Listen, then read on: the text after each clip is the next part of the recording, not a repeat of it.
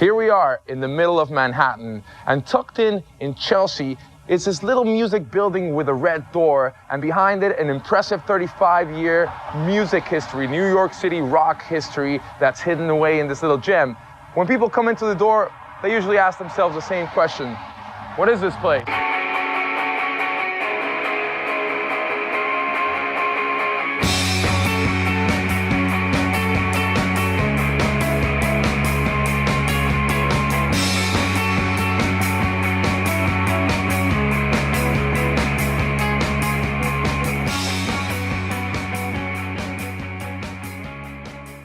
I don't feel like doing interviews when I have all these things that I have to solve, you know?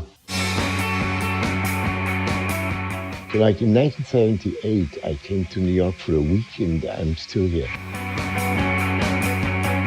Everybody that ever came here remembers this place. We have people that came here 30 years ago for the first time. And they say, oh, I've been here before. And they look around and say, oh, that's it. We're kind of like looked upon with a great deal of sympathy because we survived 35 years. What I was interested in doing was things that had not been done before. I brought over here about 12 or 15 of the most important avant-garde musicians in Europe. And I went and searched for the avant-garde people here and I found them. Now we should find a place where we could develop this, and started walking around and I found this place. So this is where people could connect with each other and develop kind of things. And then we did this, we did that, and we did a lot of parties. At one session, what do you call your place? And I said, you know, what's the color of the door? It's green. So that's the green door. And we did the green door parties here, which sort of gave, put back a lot of energy into the rock and roll scene in New York. We decided to do the first D-Generation gig right here on this stage, and we invited everybody. It was so packed, people were like outside, they couldn't get in. We brought in more of a PA system than he had. We brought in more lights. We filmed it. We called up our friend who did sound for the Bad Brains, Jerry Williams.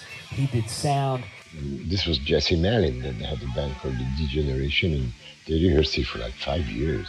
From Richard Lloyd and Richard Hell to Jeff Buckley in the later years. Rehearsed here, and we had like people like the Bad Brains, and Bill Laswell lived here for 2 years. Alejandro Escovedo was in the basement with Rank and File. 10 years ago, the building next door, the top 2 floors collapsed and fell on our roof and ruined it, you know. And the people next door, they didn't accept any responsibility for doing this, kind of ruthless real estate people. It was impossible to have rehearsals here. And so we now have to fix these roofs because we can't continue, you know, doing this.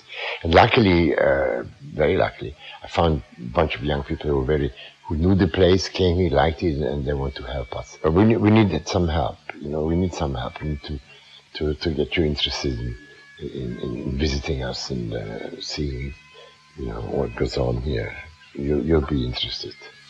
So the bottom line is, we're really excited to have this opportunity to be the new blood, to be the next generation, to hopefully revive the Red Door and its legacy.